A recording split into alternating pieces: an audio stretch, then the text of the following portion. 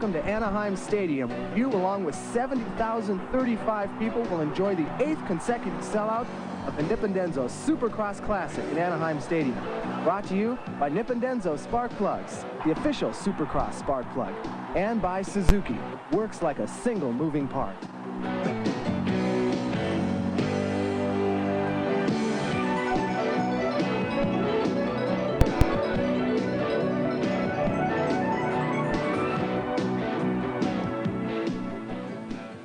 Good evening, ladies and gentlemen, and welcome to Anaheim Stadium, the site of the 1986 Supercross kickoff, the Nippon Denso Supercross Classic. I'm Greg Barbakovian. Along with my buddy Dave Stanfield here, we're going to have a super event tonight. It's going to be great. The toughest track ever, the best track ever, according to David Bailey.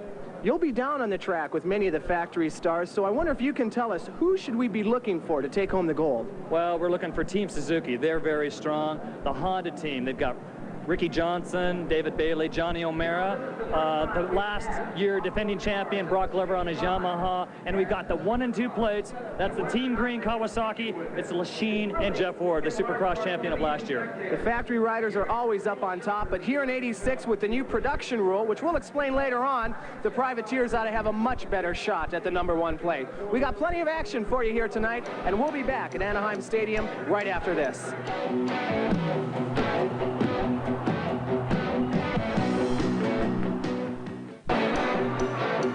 What you're looking at now is the starting grid, and that 30-second sign in the middle of the starting area indicates to the riders that we are very close to the beginning of heat #1.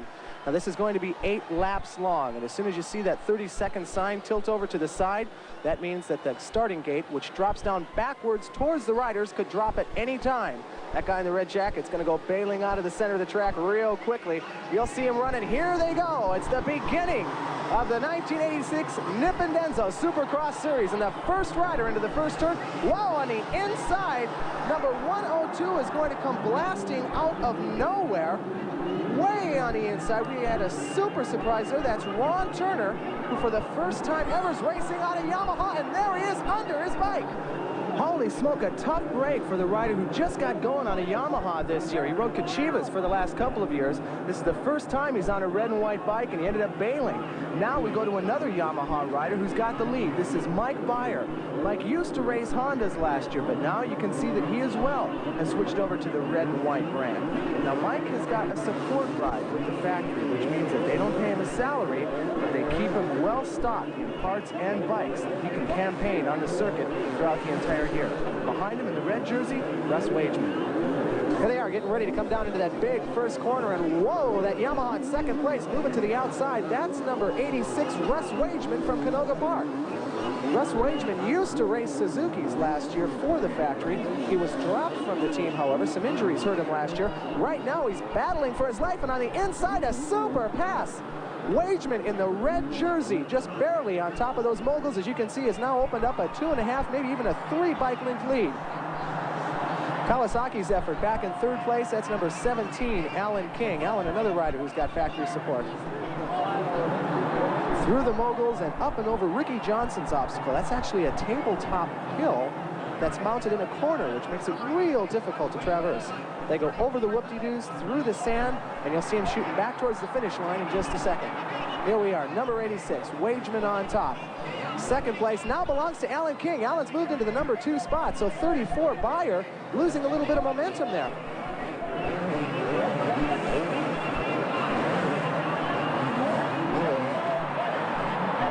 Race is over already. Take a look at the way that inside line was dominated by number 17, Alan King, and now it's a 3-way race as Healey's right up on top of it all. Russ Wageman only a few moments ago had himself a 3 bike length lead, and then all of a sudden Alan King found an incredible reserve and flew right by him. Healey on the inside of Wageman, and he'll take over second place. Holy smoke, this is more exciting than almost the entire 1985 season put together. One of the complaints of Supercross last year was that the racing was not tight enough. Well, as you can see, Supercross's promoter, Mike Goodwin, sure has designed an excellent track tonight, because in the very first race, we've seen some incredible passing. Number 17 on a Kawasaki with the lead, Alan King. I don't believe Alan has ever taken an overall win in a Supercross race. Remember, this is only the first qualifier. By winning, he would transfer directly to the main. something that would obviously give him an advantage because he would be able to rest both his bike and his body between now and then. Second place, that's Mike Healey. Mike's in the second year of his relationship with United States Suzuki. And Healey's really beginning to push on Allen. Right now, they're approaching center field in Anaheim Stadium. Healey is looking for a way to try and dive underneath Allen on that inside. Allen likes to gun towards the outside of those berms. As I told you before, staying on the gas and using that outside line to keep his momentum up. Healey's been looking for an inside line where he can just plant his foot, turn the bike around quickly, and jam for an open slot. So far, hasn't been able to pull it off. Whoa, there on the outside. Look at him get out of shape. They're both in trouble. Wageman is going to take the lead back. Holy cadavers, is this an event? Whoa, it's a whole new battle for first place. Now Wageman is forced off the track. He gets back on at just the last possible second and regains the lead. Folks, you are witnessing one of the most incredible supercross heat races that have ever existed here. That's number 34, Mike Beier. And then coming up right behind him, boy, mean big time on the outside. That's Jeff Hicks, barnstorming his way up from 5th place and now really trying to push into 3rd. He's in 3rd and 2nd place now. He makes 2nd place. So far, only halfway through the event, he has already moved up quite a few positions and now beginning to set his approach on Russ Wageman's Yamaha in the lead. On the outside, he's on the outside, doesn't quite pull it off. Now, both of them go over doubles. Whoa! Look at the way his helmet bounced up off of the cross pad of the handlebars. His helmet was just thrown back because apparently he hit either his chin or his cheekbone or something. Some part of his head took a real nasty knocking as he came back down out of the air and slammed into the ground on that tough, jagged rut that Supercross is so well known for. So you've got Hicks in the lead. In the red and white, that's Wageman in 2nd place. And now approaching from back in 3rd, you've got number 10 on a Suzuki, one of the factory riders, A.J. Whiting. Back to Hicks. Let's see whether or not he can stay in the lead. Well, there goes A.J. right behind him. Hicks will take the win on the last corner. A.J. Whiting moves into 2nd place. Now we go back and we do it all again. It's the second heat race, and just like before, the top 4 finishers will have the privilege, the luxury of transferring directly into the main. And here we go, the start of the second heat. Now in this race, we've got Holley and Burnworth, and they're in 1st and 2nd place. Whoa, big time bail right there on the start breaker. Let's hope that he gets back up and okay. Once again, it's Holley in the lead. Holley in the white jersey on a Yamaha. Behind him in the black and orange, that is Scott Burnworth, a former Suzuki rider, in 2nd place. But Holley, the man right there, number 12, just off of a hot win at the World Supercross Finals at the Los Angeles Coliseum a couple of months ago.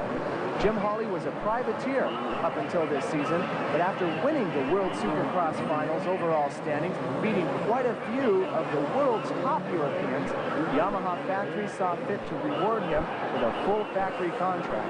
And now we've got a tight dogfight for 1st and 2nd place. Burnworth passes him on the doubles. That's Scott Burnworth, who used to run for Suzuki and this year has switched over to Yamaha. Boy, apparently he's adopting that brand new bike pretty well. Number 18, Scott the Burner, one of the younger riders on the circuit, really making that Yamaha click out there on the backside. Up and through the sand pit right there, one of the most treacherous obstacles, but we'll talk about that a little bit later on. Right now, let's watch Burnworth as he finishes up lap number 2 of this event. Scott Burnworth, who comes out of El Cajon, just like quite a few of the top racers here at the Supercross circuit, earned the number 9 plate last season. Here you can see that he's running number 18 on his machine since he did switch factories over to the Yamaha brand. He was ranked number 9 in Supercross, according to the AMA and InSport, back in 1985. Number 12, Holley down in 2nd place. Looks like number 47 trying to keep up behind him. That's Semar from New Iberia, Louisiana. That's the guy who used to run locally. Now you can see Burnworth gets the checkered flag with one hand up in the air. Holley's barely going to be able to hold off Alley, it looks like, at the finish line. Indeed he does. Semar is going to have to be content with 3rd place. Number 22 coming up in 4th. That's another local, Ryan Myerscough. Let's go down to the field and Dave Stanfield. Did it again. Burner, did you hear the crowd yelling when you made that triple jump? Yeah, I did. I could hear them every time I went around there. It sounds like every time I didn't jump it, they got bummed out. I know. Well, you got to win, and you've got to play it easy. You had a big lead, and that was your strategy, just to win. Yeah, I just kind of took it easy because I was real nervous and just tried to make it come through. Okay, the track, is it going to hold up? Is it going to be like this all night long? Yeah, the track's really good right now. It's not bad at all. Best of luck. Great race. Thank you.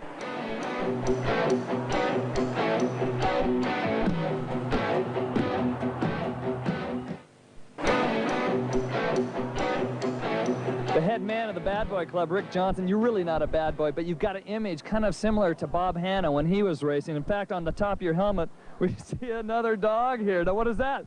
Well, that's a Mad Dog. It was with me in 1983 when I won my championship, and now it's back on my helmet for 86. You won that championship in the 250 class. Is that your favorite class to ride in? Yeah, it is my favorite because I'm more at home on a 250, and also we ride supercross, so it gives you more time to get used to the motorcycle. Thank you, Dave Stanfield. And we're back at Anaheim Stadium on the starting line for the third qualifier. And ladies and gentlemen, this race here may very well be a sneak preview of what the main event is going to look like, because in this event right here, you have got David Bailey, Ricky Johnson, and Johnny O'Mara all in the same grid. We're going to have a start any second right now. The gate falls backwards, and here we go. Barreling their way down to the first turn. Looks like Bailey on the inside.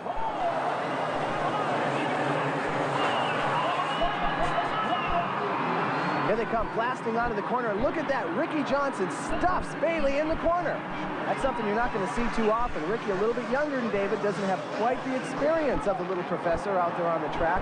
Nonetheless, Team Honda's got a lot of faith in him. And there's the green flag.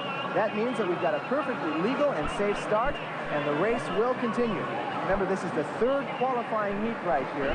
Top 4 finishers in this qualifier transfer directly to the main. They don't have to do any more racing, so they can rest.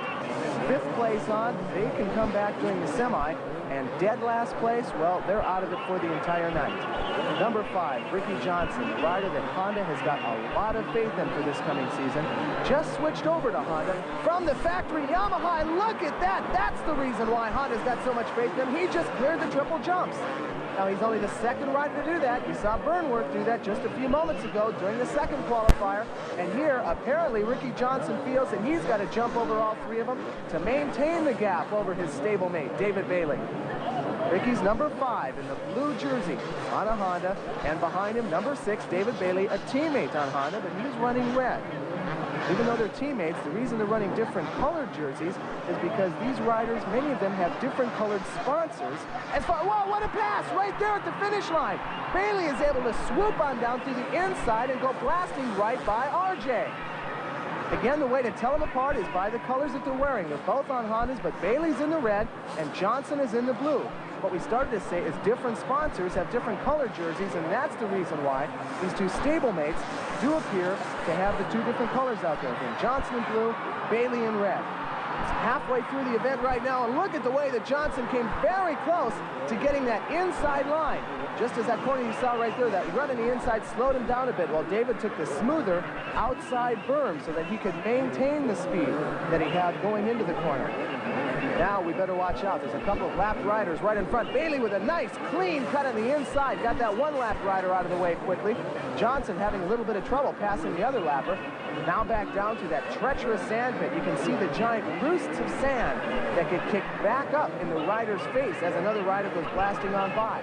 That's the reason why each of these riders have goggles. And there's the checkered flag that's going to bring the race to an end. A surprise last-minute win by David Bailey, number 6, over number 5, Ricky Johnson. Let's go down to the winner's circle and see what Dave Stanfield has to ask. Tough heat, David. Congratulations. Now, is there any advantage riding with somebody as fast as Ricky Johnson? Well, we could watch each other's lines a little bit. Of course, I had the advantage of being behind him a little bit and seeing some of the things he was doing and try and find a few things that I did better. And then I got by him, and then he was studying my lines, and I noticed the places I was catching up to him before, he was right on my tail, so he picked up on a few of my lines, and I think we helped each other a little bit. Just hopefully these other guys are going to go out there and find any lines too fast. You guys feel that the Team Honda is the fastest team tonight? I sure hope so. You never can tell until the race. I know there's been times when Honda has won every single heat race, and it's just looking good. Everyone's got smiles in the main event. You know, we all have bad luck, and a Kawasaki or something wins the final. So we'll just have to keep our fingers crossed. Hey, best of luck tonight. All right, thank you. Back to you, Greg. Only the top 4 transfer directly to the main. If you finish worse than 4th, you got to come back and run the semi. And here we go. We got to start. This is the final qualifier. And Broc dive bombs to the very first position. On the inside is Jeff Ward, and Ward may catch him. He does. And so does Lechien. My goodness, those Kawasaki's really exploded out of the corner. Ward on top, Lechien in second, and now Kehoe goes as well as Broc drops all the way down to 5th place. That is unusual. Now Ward is off the track. Number 1, Wardy pulled completely off the track. We have no idea what's wrong. We'll try and get that information to you as soon as we can. But right now, young Ron Lechien, number 2, in his first year of competition for Kawasaki, finds himself in the lead. 4th final qualifier here at Anaheim Stadium. Erik Kehoe, number 8, in 2nd place. As I mentioned, he's from Southern California as well. Erik, one tough rider this season. He earned the number 8 slot in the Supercross standings during 1985. There's a real good shot of Jeff Ward right there as his mechanics are working on something on the front end of his bike, something up on the handle grips right there. Wardy turning his back. Oh, and he's taking his gloves off. It looks like he's going to be done for the night. Apparently, his mechanics aren't going to be able to get it back together. Otherwise, he never would have even taken his goggles off. Let's get back to the action now in a very tight race for 2nd place. Number 8, that's Erik Kehoe, another factory Suzuki rider. And behind him, Broc on the inside. Number 4 blasts to the inside, and Kehoe comes right back.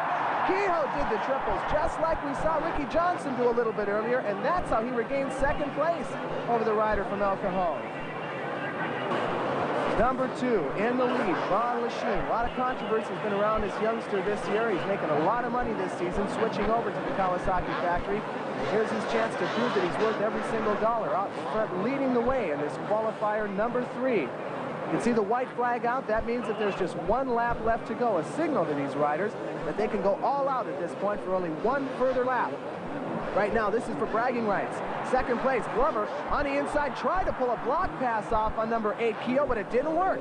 He went too far to the outside, and Kehoe was able to slide right back in, and there Kehoe eats a hay bale. Kehoe goes ahead and snuffs his helmet right into the hay bale. Holy smoke, he's not going to have any need for lunch tonight. Number 2 out in the lead all by himself now. Lechien's going to have a very comfortable lead here. Glover should be pretty well on his own in 2nd place. And poor number 8, Kehoe, well, give him a napkin. That's about all that he can use right now as he's desperately still trying to get back out on the track. The finish flag will be out. There it is, the black and white checkered. Number 2, Ron the Machine Lechien, new Kawasaki factory rider, takes the 3rd qualifying win. Let's go down to the field and see what David Stanfield and Ron have to say. Ron, did you call that racing? You were kind of out there solo. Well, I call that my kind of race and my favorite kind. Yeah. Hey, we heard some bad news now. Your teammate, Jeff Ward, is out. Is that put a little pressure on you going into the main event? Well, it'll just make it a little easier for me if it does anything. Jeff's a real good contender. That's too bad that happened to him, but it's happened to me about a year ago, and it was terrible. Is this your track? Well, I sure hope so. I'm going to try and make it my track. All right. Best of luck for the team. Thanks. Back to you, Greg. Thanks, David. We'll be back with more action at Anaheim, California as the Nippondenso Supercross Classic continues.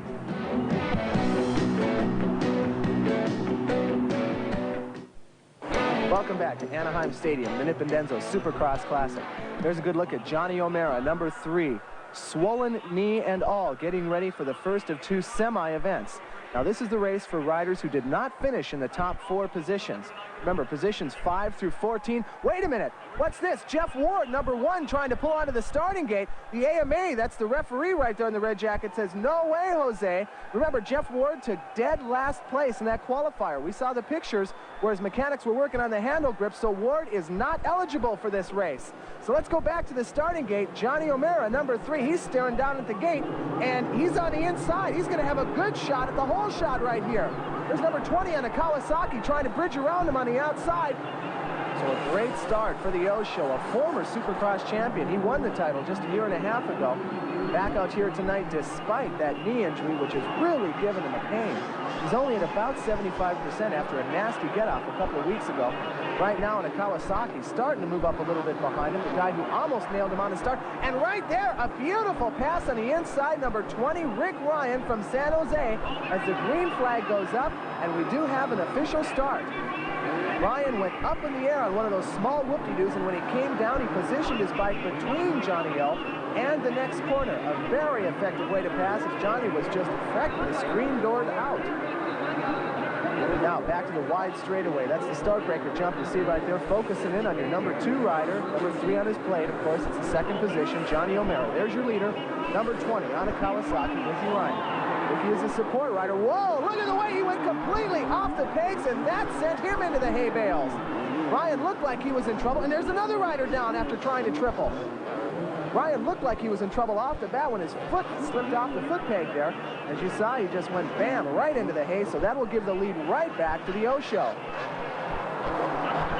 Johnny O on top. It looks like Mike Healey, another young Suzuki pilot, in second place.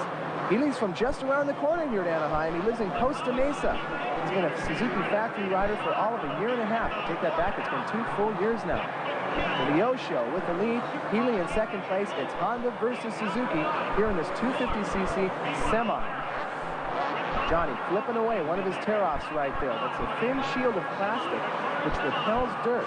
You flip them off when the dirt begins to collect on the plastic and you can't see anymore. You tear it off and there's another clean one right below that restores your vision. Johnny O in the blue jersey. There's Healey tearing off one of his tear-offs off of his goggles. He's in the yellow, again a Suzuki rider. Looks like back behind them both we've got number 24, Billy Liles. Race continuing on. Now in this semi-event, only the top 2 riders will transfer to the main event. We've already got the top 4 riders from each of the 4 qualifying heats. That's 16. Take 2 from this race, 2 from the next semi, and then 1 final rider from the last chance qualifier, making it a 21-rider main event. And that is the basis from which all of the money, all of the points, and of course the trophies are awarded. Here's the checkered flag. No problem at all for the O show after the early goings on. Healey will take second place, and indeed number 24, Billy Liles from Georgia, will take third. Let's go down to Dave Stanfield on the field. You don't see too often that you've got to qualify in a semi-main. How is your leg? Well, it's not very good. I wish I could say it's good, and I wish I could say I'm going to be in there for the win, but I'm just here to try to get some points, and so I don't fall too far behind in points. And 'cause my knee's pretty banged up, I got a couple torn ligaments, and you know, I'm not making any excuses. It's just it's a lot of pain out there. And then when I crashed in that heat race, I bent it back pretty far, and it hurts. Thanks for your time, Johnny. Thank you very much. Back to you, Greg. An injured Johnny O is going to limp back in and see if he's going to go into the main event. All eyes on the starting line are focused on the 30-second sign. It's sideways, and the big story right now is that Jeff Ward apparently is not going to make the main event. More on that in just a second. Let's go back to the start and see who's going to get to the first turn first. There's Erik Kehoe in the middle. However, he went too far to the outside, and it looks like number 37, Billy Frank, got him orange, is going to escape with the hole shot. So Frank out on top. Looks like a Honda in second place. Billy Frank, number 37, he's a Yamaha rider this season. One of the guys to be watching out for, looks like number 8, Erik Kehoe, as well as number 9. Whoa, look at the way, sideways right there. That's number 30, Larry Brooks on a Honda. Larry came off the line in third place, but now you see him in second place, right behind your leader, Frank. There's number 8, Kehoe, 9, a great pass right there. Moving from fourth into third, that's Keith Bowen on a Yamaha. Keith has got a full factory support from the Yamaha team there, and now he's hot dogging it right behind Brooks. He's in third place, Brooks in second, Frank, of course, the leader. Back in fourth place there, the yellow bike in the distance, that's a Suzuki rider, Erik Kehoe. So a great shot of our top 4, and now the dicing begins. Once again, this is a semi, which means only the top 2 will transfer into the main. After this point, it's only the last chance qualifier that riders will have the opportunity to go ahead and move into that all-important main event at the end of the evening here at Anaheim Stadium. The opening round of the Nippon Denso Supercross Series. Whoa, look at number 9, Bowen, make another dive bomb move again. Almost moved all the way up into the lead. Through the sandpit right there, he almost went over the top of Brooks and came right up alongside Frank before he had to back off the throttle. Now a great race for first and second place. 2 Yamaha pilots nearly side by side out there in dead center field at Anaheim Stadium. Coming back this way, up and over the plateau jump. Short rockers, inverted cones. Look at the way that the suspension on these machines has to handle the... Coming back. Whoa, Brooks doing a flying W right there. Number 8, Kehoe. Kehoe goes by Brooks. He jumped over the sand pit completely. Did you see that? His tires didn't touch sand at all. Guess he had time to clean the hay out of his teeth after that last time that we saw him out here, huh? So back to our leaders, number 9, Bowen, trying to make another move on the inside. This time he's got enough momentum to carry him into the lead. Number 9, Keith Bowen. He comes from Michigan. Now moves into first place here in the final semi. Number 9 on the Yamaha, red leathers, white jersey, Bowen, former Supercross Rookie of the Year. That was 2.5 years ago now. Wearing the triples. One of the youngest riders on the Yamaha team, but nonetheless, they've got a lot of faith in him. They've stuck with him for the last 2 years. This is his 3rd full season with the Yamaha back behind him. Frank in 2nd place, Kehoe in 3rd. Larry Brooks has now dropped way back into 4th. And look at the way his body has to work that suspension across jagged whoops. Very difficult here. Some of those whoops have got a very hard packed surface, while some of them are very soft with a sandy surface. There's the checkered flag. The race is done. And for 2nd place, whoa, look at this. Kehoe, block pass on the outside as he'll storm up and apparently is good for 2nd place with one arm up in the air.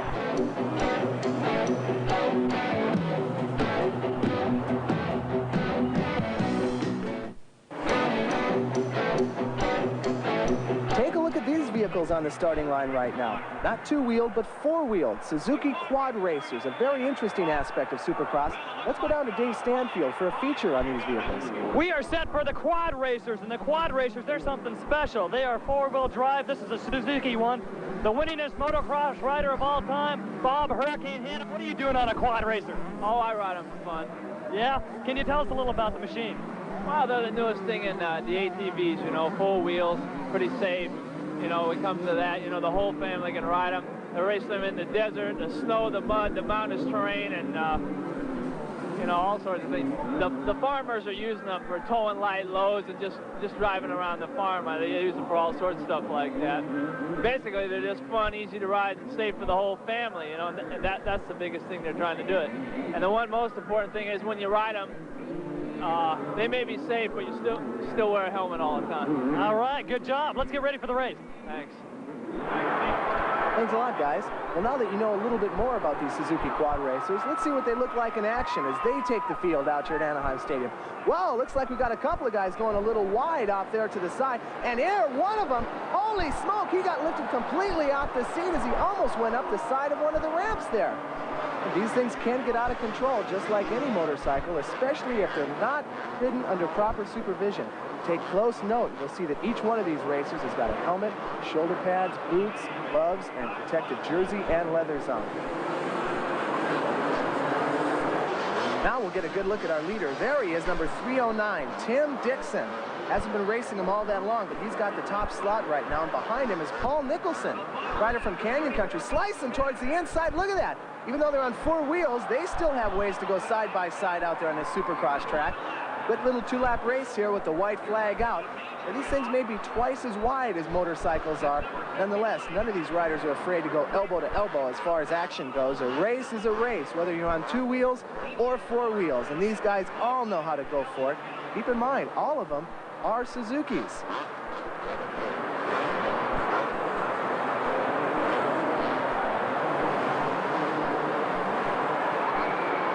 So we're coming up on the tail end of the quad racer feature right here. Checkered flag is out, and these people are looking forward to one fantastic main event here at Anaheim Stadium.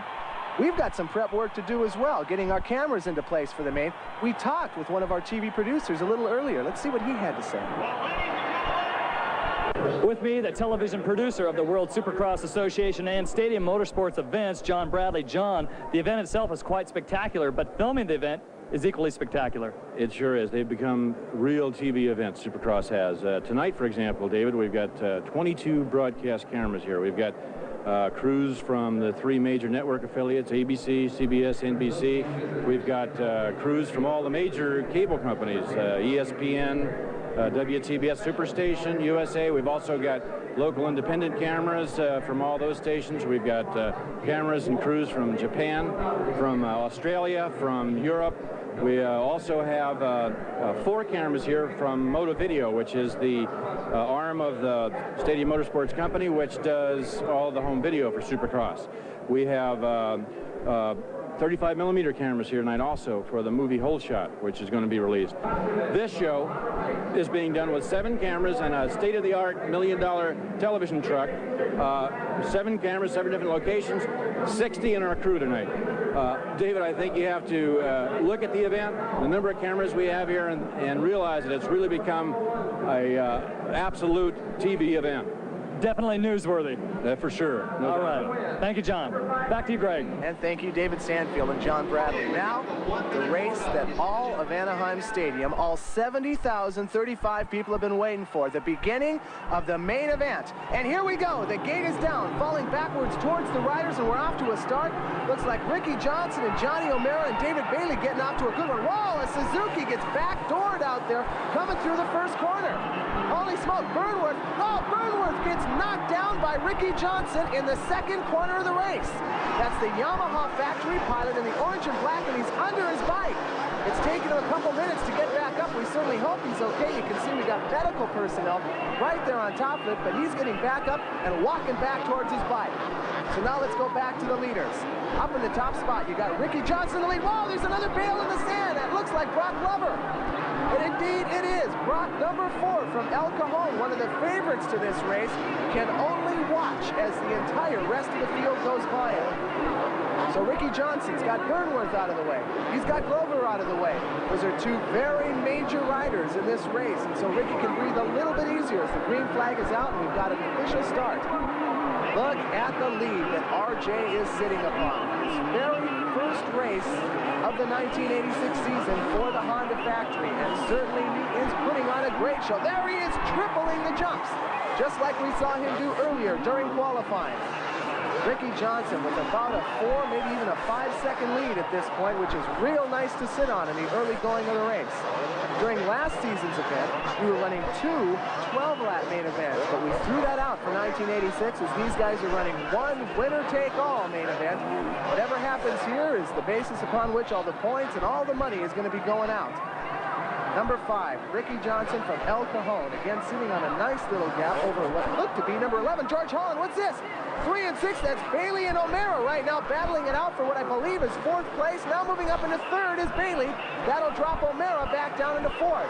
I'm really surprised to see O'Mara doing as well as he is. Remember, that knee of his is only at 3/4 strength at best.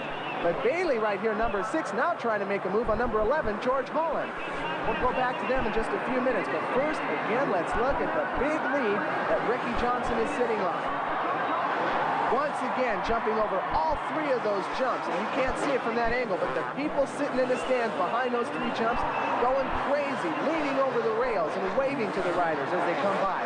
Part of the excitement of Supercross. Everybody has a chance to get involved and cheer on their favorite rider.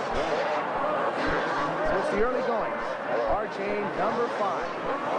Not too far away from here is where he lives. El Cajon, down in the San Diego area is where Ricky comes from. He has never won a Supercross title. And he hasn't won a Supercross race, well, since towards the tail end of the 1985 season. So he's a little bit overdue as far as a nice big win comes here for him. So you can bet that his factory support people are watching for him back in the pits, trying to cheer him on with their fingers and toes crossed. Ricky, number 5, barely out of his teens, one of the younger riders on the circuit. Still, he's got a lot of pressure on his shoulders right now. Look at the lead that he's enjoying, and the thing right now is that there are no lap riders for him to have to worry about at this stage. That's actually going to be probably his biggest test when he begins to go so fast that he actually moves around to the tail end of the pack that he left behind at the starting gate. Still about there, you get a good shot of the difference between 1st and 2nd place. You've got to go way back behind before you see our runner-up. Right now, it's a full 9 seconds in between 1st and 2nd place. And Ricky, except for that foot falling off the peg right there, running almost a letter-perfect event here at the beginning of the event. This is it, the 20-lap main event right here with Ricky Johnson running away from the pack a good 9 seconds, up and over second. Beautiful picture of the kind of altitude that these guys get jumping over these man-made obstacles here on the floor of Anaheim Stadium. You know, this is the 8th consecutive year that Anaheim Stadium has sold out. We've got beautiful 70-degree temperature out here in Southern California tonight. Ideal racing conditions. There's very little dust out on the track. And even though it's an extremely technical course with 50% more obstacles than these riders are normally used to having, well, Ricky Johnson seems to have the thing well in hand. Taking a look back behind him, you still cannot see anybody in second place. Since he's enjoying such a big lead, earlier on, Dave Stanfield had a talk with Ricky Johnson, so let's see what he was thinking about before the race. Same actor, new team. RJ, are you the same actor, and do you have a new team? I'm not the same actor. I'm a new, improved actor. It goes with the team. Honda's a little bit more of a polished team, and now I feel I'm a little bit more of a polished rider, so I think you'll be looking for bigger and better things out of me. Okay, the advantages that you have made just riding your Honda this year? Just been having a lot more fun riding it. Been working a lot harder on my practice. I'm just a new man. I'm motivated. It's just like I started racing all over again. Okay, the track tonight is difficult. It is tough. Is it going to be you against the track and how fast you can go and concentrate, or is it going to be you against some other riders?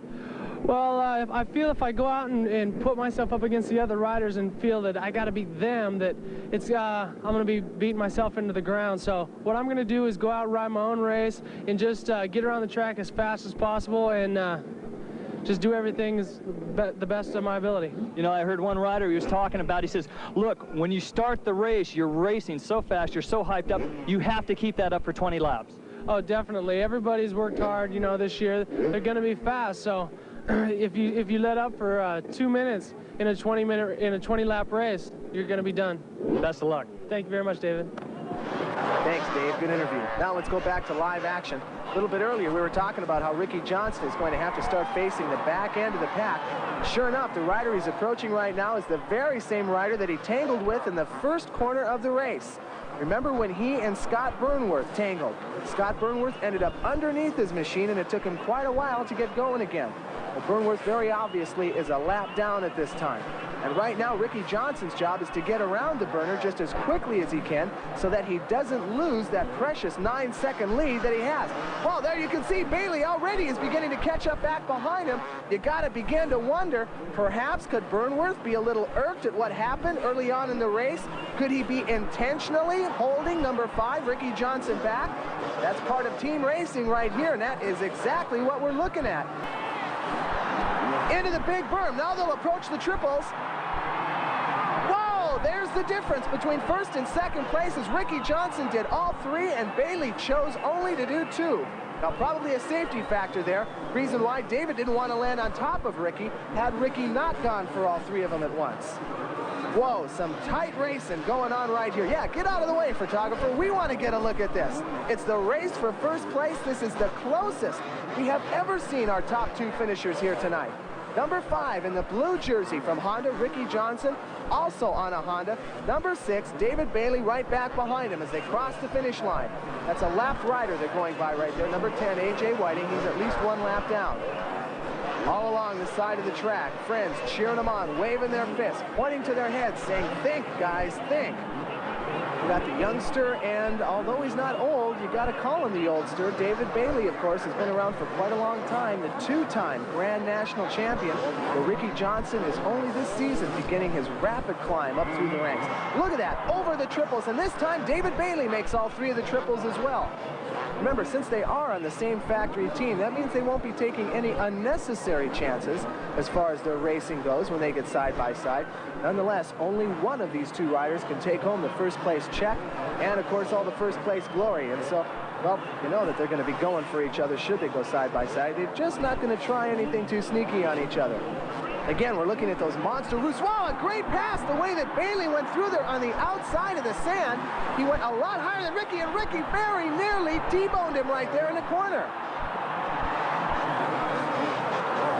So take back everything I said about those guys. They're going hog wild for the lead. It's an all-out battle for first place. Teammates or no teammates, only one of them can take home the title, and number 6, David Bailey, sitting on top of it right now. Again, having to wind his way through the clogged traffic at the tail end of the pack here. Number 5 is the only guy in camera view right now who is on the same lap. Everybody else, they're at least 1 lap down. It's a wide open 1-2 punch. Racing for the lead, David Bailey from Axton, Virginia, number 6 in the red and white. Wow, another bump!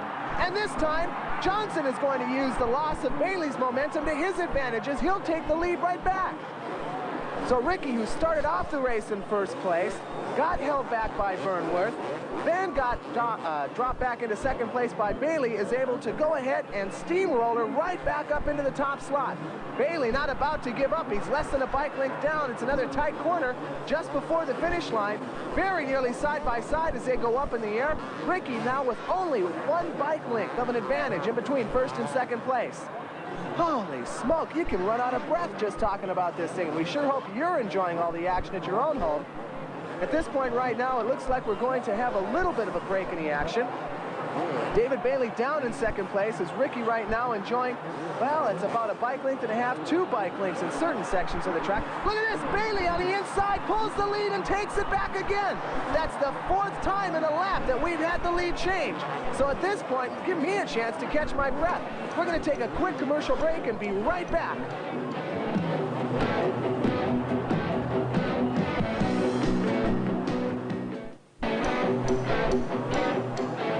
Welcome back to Anaheim Stadium. This is Greg Barbacovi along with David Stanfield, and through the miracles of television, you've missed almost not a single thing at all. We still got a super tight race for first and second place. There you can see number 5, Ricky Johnson in the blue jersey, doing his best to try and regain the lead that he held for the very first part of the event.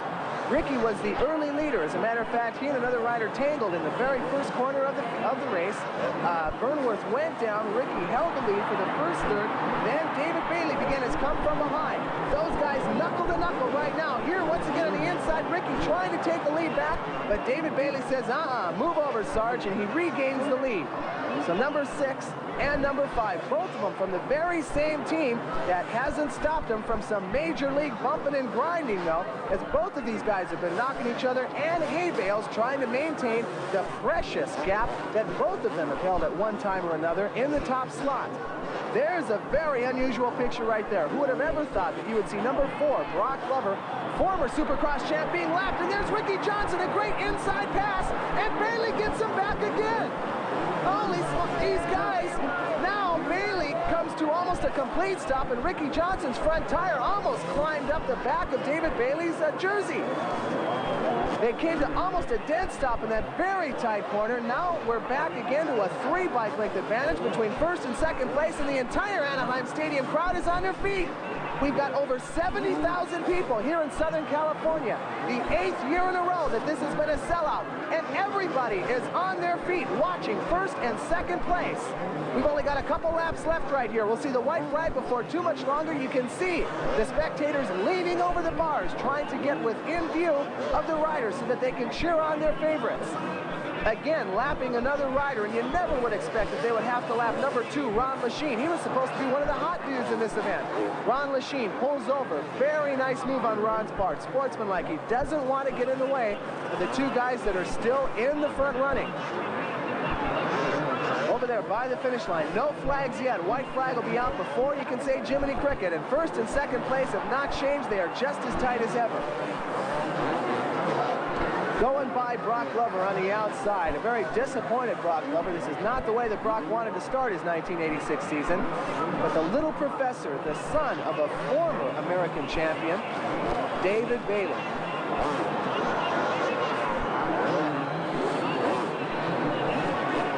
Well, at this point, I can look out over the field and see that the white flag is out. So apparently we missed that last time. And everybody here in the stadium is up and cheering on their favorites.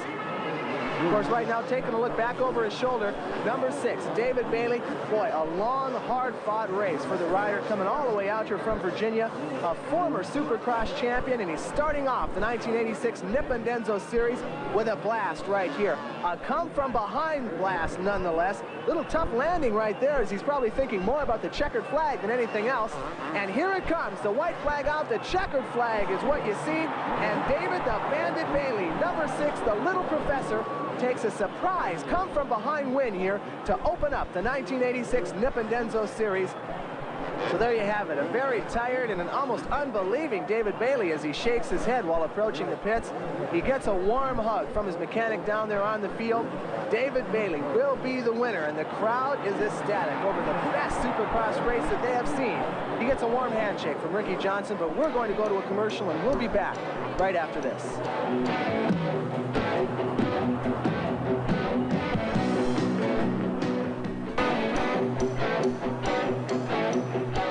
Listen to these guys, the teammates, the Honda teammates looking real good up here. David Bailey coming out ahead, Rick Johnson second. David, some wild riding over here, especially in that sand pit. Yeah, that's quite a bit of an understatement, I think. I think there was a few times when Rick was about to land on me, you know, we were just jumping over each other. There was so many jumps. There was a couple times, I think right by the finish line, where I was on top of Rick. I didn't even know where he was for sure, and he just squirted out from underneath me, but it was real close. We pretty much made an agreement at the starting line. We go, you know, the track's tight, we're both going really fast tonight, and if we hit each other, that's just the way it goes, you know, as long as we don't kill each other. And as you can see, it was really close racing, but I'm just happy it turned out so good for Honda and not just for myself. Did you ever back off because he's your teammate? No.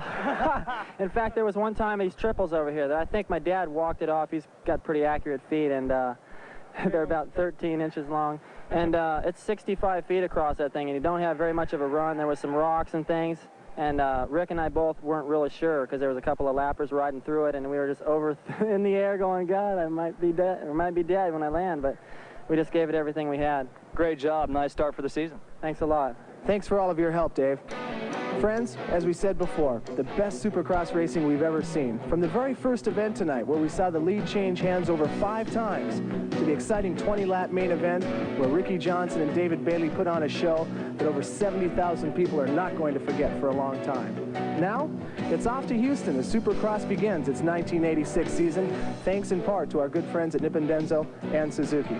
On behalf of David Stanfield out there on the field, I'm Greg Barbacovi. Thanks to everybody who helped with this telecast, and we'll hope to see you next time with more Supercross action.